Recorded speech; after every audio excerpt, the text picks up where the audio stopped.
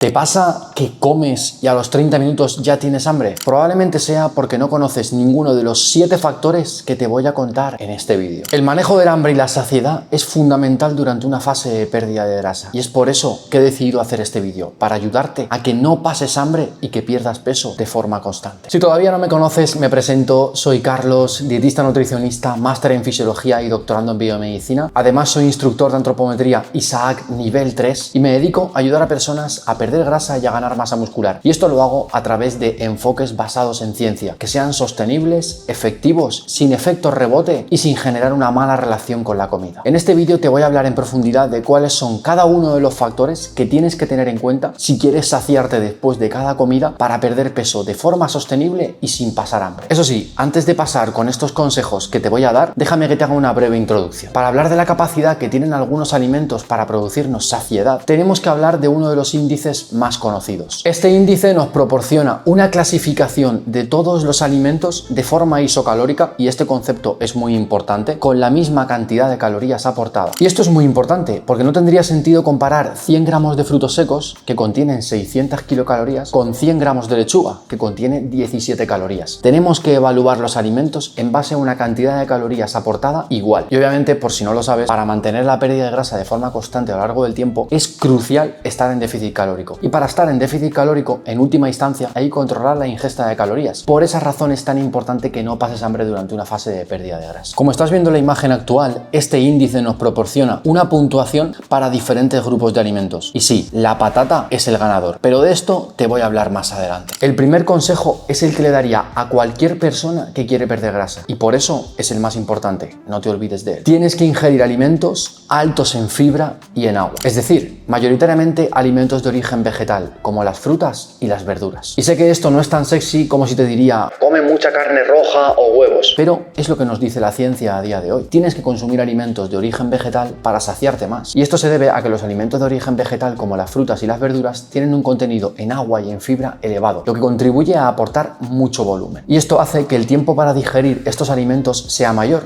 Por tanto, nos vamos a encontrar saciados durante más tiempo. Además, estos alimentos ricos en agua y en fibra se recomiendan incluir en las comidas más importantes del día, como el desayuno, el mediodía y la cena, para asegurarnos que después de acabar esa comida estamos totalmente saciados. Y para concluir este primer consejo, algo que no puedes olvidar es que estos alimentos son muy bajos en calorías, por tanto puedes consumir muchísima cantidad de ellos sin que ingieras mucha cantidad de calorías, lo cual es fundamental para perder grasa, como ya te he contado antes. El segundo consejo está relacionado con los alimentos ricos en proteína y bajos en grasas. La proteína es otro macronutriente fundamental para la saciedad. Es un macronutriente que tiene un tiempo de digestión de 2 a 4 horas y además requiere cierto grado de masticación, pero de esto vamos a hablar más tarde en detalle. Relacionado con esto de la proteína, hay otro concepto que no puedes olvidar, y es que estas fuentes de proteína tienen que ser bajas en grasas. En primer lugar, porque las proteínas bajas en grasas son mucho más saciantes, nos cuestan más de masticar y son menos palatables. Y en segundo lugar, al no tener grasas, tienen un contenido en calorías mucho menor, lo que nos ayuda a que la ingesta de calorías no sea muy elevada. Algunos ejemplos prácticos de cómo incluir proteínas bajas en grasas serían los siguientes. De origen vegetal tenemos a las legumbres, como los garbanzos, el tofu o la soja. Los podemos preparar en forma de platos de cuchara o también en forma de hummus. Mientras que de origen animal tenemos el pollo, el pavo o los pescados blancos, principalmente a la plancha o al horno. Y por otro lado tendríamos al huevo, que ha dado muchísimo que hablar, aunque en este caso no lo incluiríamos debido a que nos va a aportar una gran cantidad de grasas, y eso va a contribuir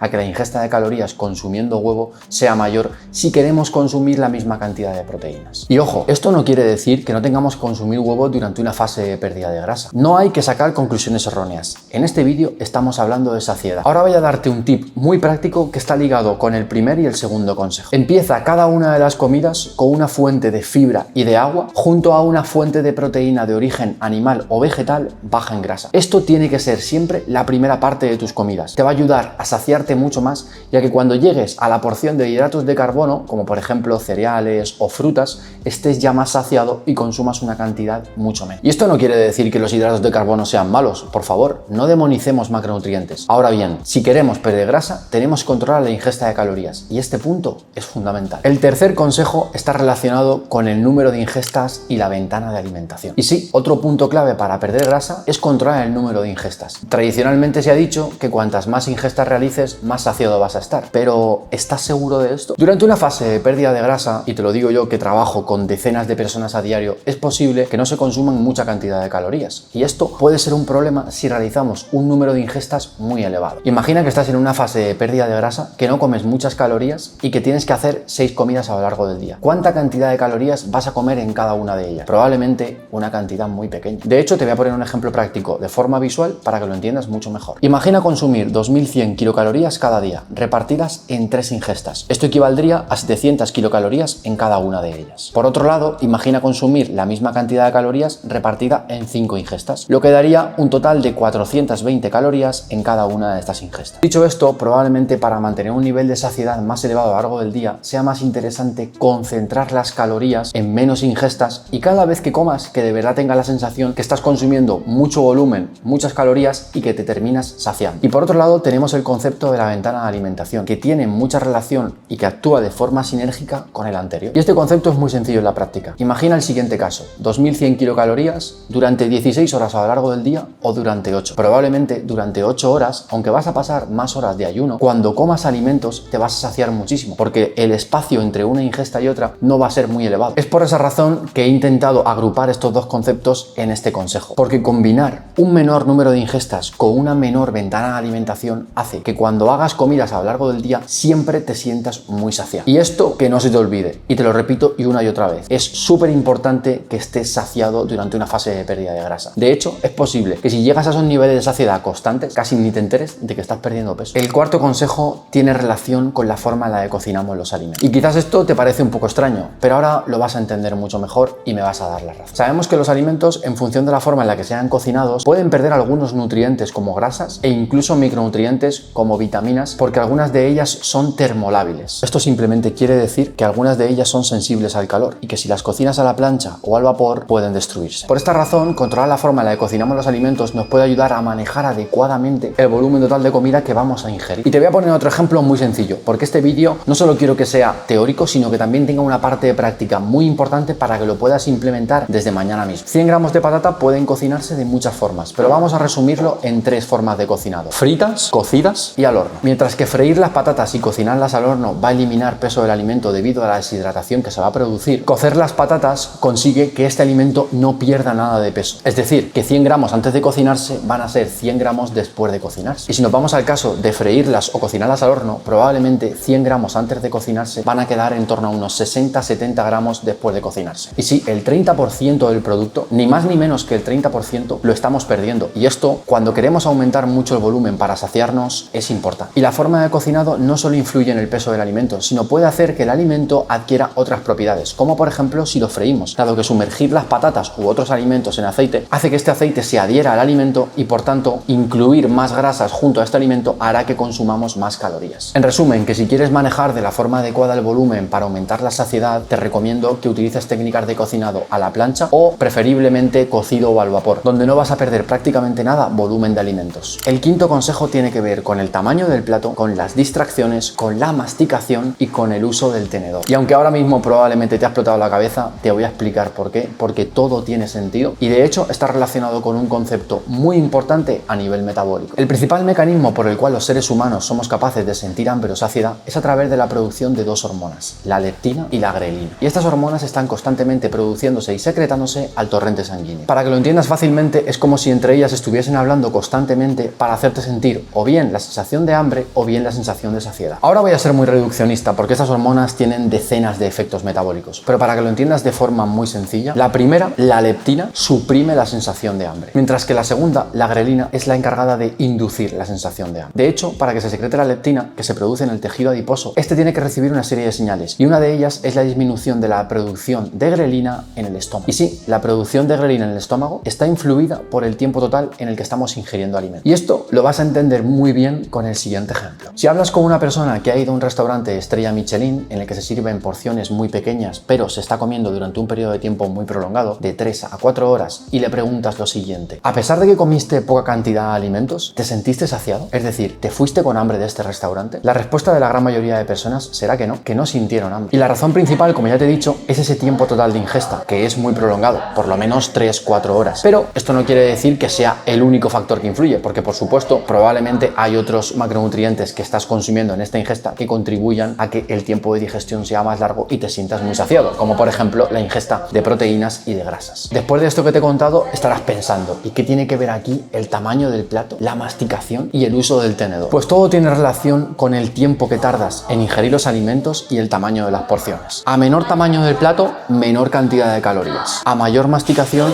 más tiempo dura la ingesta. Si usas el tenedor frente a la cuchara, más tiempo dura la ingesta. Y si tienes menos distracciones, como por ejemplo ver la tele, más pendiente estás de masticar, más tiempo dura la ingesta y por tanto mucha más saciedad. De hecho, algunas de estas técnicas las hemos usado con clientes como por ejemplo Fidel, como Marc y como Rafa, que han perdido más de 10 kilos trabajando con nosotros gracias a implementar un déficit calórico sostenido a lo largo del tiempo y utilizando precisamente algunas de las estrategias que te estoy contando en este vídeo. Ya solo nos quedan 2 consejos y el siguiente está relacionado con el consumo de agua. La ingesta de agua, a pesar de que no aporta calorías, sí que puede influir mucho en cómo de saciado te sientes a lo largo del día e incluso de cómo de saciado te sientes justo antes de empezar una comida. De hecho, sabemos, gracias a algunos estudios, que consumir agua justo antes de empezar una comida aumenta nuestros niveles subjetivos de saciedad. Probablemente esta sensación subjetiva de menor hambre está mediada por ese volumen de agua que vamos a introducir al estómago. Sin embargo, consumir más agua después de una ingesta no cambia la sensación de saciedad. Es por esa razón que si quieres consumir una cantidad de agua importante para aumentar tu saciedad, hazlo justo antes de comer y no después. Como recomendación general, tengo que decirte que mantener un buen estado de hidratación a lo largo del día es fundamental para la salud, pero también podría tener cierto efecto ayudándote a estar mucho más saciado. Y en concreto, si ingieres de 200 a 300 mililitros antes de comer,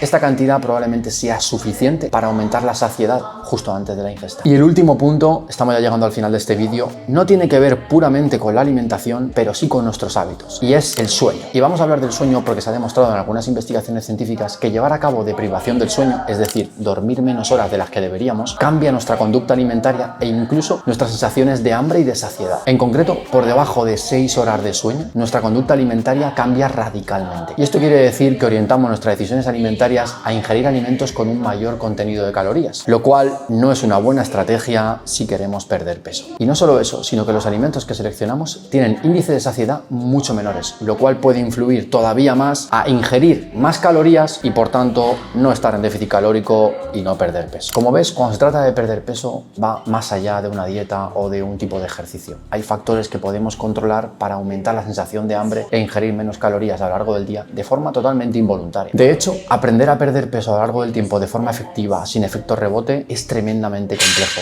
Y de hecho, por esta razón probablemente estamos viendo una pandemia de obesidad a día de hoy. Antes de acabar, vamos a hacer un breve resumen de estos consejos. Consume alimentos ricos en fibra y en agua, principalmente integrales. Consume alimentos proteicos bajos en grasa. Realiza un número de ingestas bajo y, si puedes, en una ventana de alimentación de 8 horas o menos. Controla la forma de cocinado, priorizando siempre alimentos crudos o hervidos. Controla el tamaño del plato, la masticación, las distracciones y usa el tenedor. El agua, a pesar de que no aporta calorías, puede ayudarte a sentirte mucho más saciado si la ingieres antes de las comidas. Y en último lugar, controla las horas de sueño, porque tu conducta alimentaria es fundamental para que estés en déficit calórico. Ahora te hago una pregunta. ¿Cuál de estos consejos crees que es más fácil de utilizar en tu día a día y cuál utilizarías tú mañana mismo para sentirte más saciado? Te leo en comentarios. Por supuesto, ya sabes que si quieres que te ayudemos a perder grasa o a ganar masa muscular a través de enfoques basados en ciencia, sostenibles y efectivos a lo largo del tiempo para no tener efecto rebote, rellena el link que te dejo en la descripción o en el primer mensaje y nos ponemos en contacto contigo cuanto antes para poder ayudarte. Ya sabes que si quieres aprender mucho más sobre nutrición y entrenamiento para ganar masa muscular o perder grasa, suscríbete al canal, déjame un like a este vídeo si te ha gustado y nos vemos en los siguientes, equipo. Un fuerte abrazo.